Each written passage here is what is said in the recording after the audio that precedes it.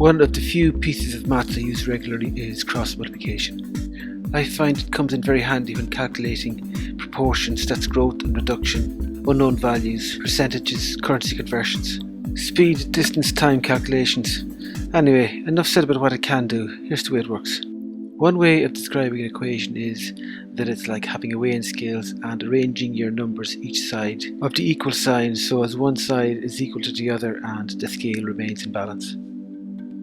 10 plus 2 equals 12. That's a simple equation because one side is equal to the other. Now you can move around these numbers what's termed manipulating the equation just so long as the scales remains in balance. And the simplest way of keeping the scales in balance is by changing the sign in front of the number as it moves across the equal sign. So in this case the plus 10 becomes a minus 10. So the equation now reads 2 equals 12 minus 10, so the equation remains in balance. And the same thing happens with multiply and divide by numbers. So just let's take a simple equation like 10 multiplied by 2 equals 20. If we move either of the multiply by numbers over to the other side of the equals, then we must change the sign, so the multiply by becomes a divide by. So 10 equals 20 divided by 2, or 2 equals 20 divided by 10. So as you can see, the equation still remains in balance. But just let's go back a little. 20 divided by 10 can also be written as a fraction. 20 over 10. The divide by number goes in the bottom, because with a fraction the bottom number is divided into the top, so the bottom number is the number of parts of the top. So the bottom is divided into the top to give the total size of the number. In cross multiplication you really have to practice writing down the divide by number as a fraction. So from now on, when we move a multiply by number to the other side of the equals, we'll move it down to the bottom to make it into a fraction. And this makes it much simpler because we can just slide it down and back up again if we want.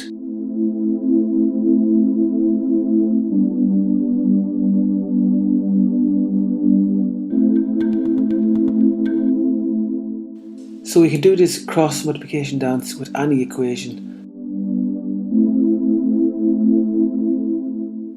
To recap, we're doing the same on both sides, and usually the reason we do this is to go towards solving some maths problem we have.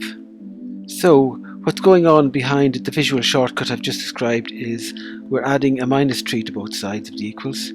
On the left hand side we have a minus 3 and a plus 3 which will cancel each other out, and on the right hand side we have a 5 minus 3 remaining. So the effect is the same as taking the positive 3 on the left hand side of the equals, moving it across the equals and changing a sign to become a minus 3. So we're keeping the balance of this equation. And the same happens with multiply and divide. Dividing or multiplying both sides by the same number is the same as sliding a number from the bottom of one side to the top of the other, and indeed from the top of one side to the bottom of the other. So for example, let's divide both sides by 3. You'll see the divide by 3 and the multiply by 3 on the left hand side will cancel each other out, leaving the divide by 3 on the right hand side of the equals.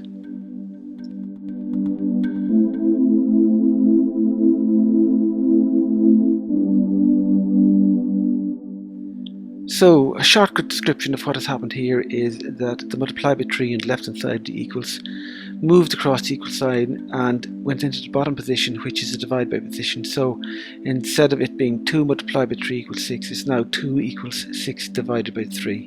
So the balance is maintained. Now let's pretend the problem was 2 multiplied by an unknown number equals 6.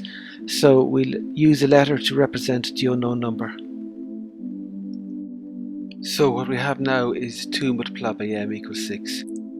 Or the way it would most normally appear as just 2m. And this time we'll slide the 2 across the equal sign, so it's m equals 6 divided by 2, which equals 3. We started off talking about plus and minus and what happens when they move across the equal sign. Then we moved into what I called the land of cross multiply. Now we're going to look at plus and minus when we're using cross multiplication. So When using cross multiplication, the multiply and divide by numbers can move around separately and independently of each other. To show an example of this, what I've done is I've divided the 100 on the right hand side into 10 by 10, and when you slide either of those 10s across the equal sign to the top of the other side, you'll see that the equation still remains in balance. So this shows how it's possible for either of those multiply by numbers to move independently of the other across the equal sign. However, if we're cross multiplying numbers that are added or subtracted, what we should do is treat them as if they're still one number. Put brackets around them, so this will help us see them and move them as one number if we need to. If these were two added numbers, say 50 plus 50, and we moved them separately, we'll see how the equation does fall out of balance. Whereas if we put a bracket around these two added numbers, we'll still consider them as one number and move them as one number. So we'll see them moving across the equal sign as one number, and they move into the multiply by position. And here, all the numbers that are inside the brackets will get multiplied by the number that's here already, which in this case is the number 10.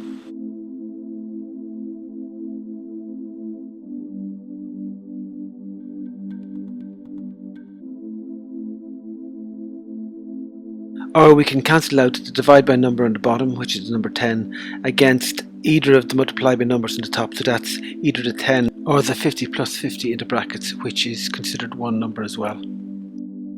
An example of a case where maybe this might happen is, say if we back up for a second and instead of having 50 plus 50 on the bottom, we might have an unknown plus 50. So say for example, we might know what number plus 50 will make the equation balance.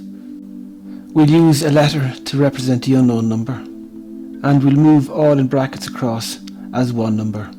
And as we've just looked at, here we have an example of where we can cancel out the divide by number against the multiply by number, or move the divide by number across to the other side of the equals, so it becomes multiply by number. But we can't cancel out the divide by 10 number on the bottom against the added and subtracted numbers within the brackets, unless we cancel out against all of the numbers in the brackets, as if they're just one number, effectively dividing all of the numbers in the brackets by the number on the bottom. But unfortunately we can't do that because we have an unknown number there.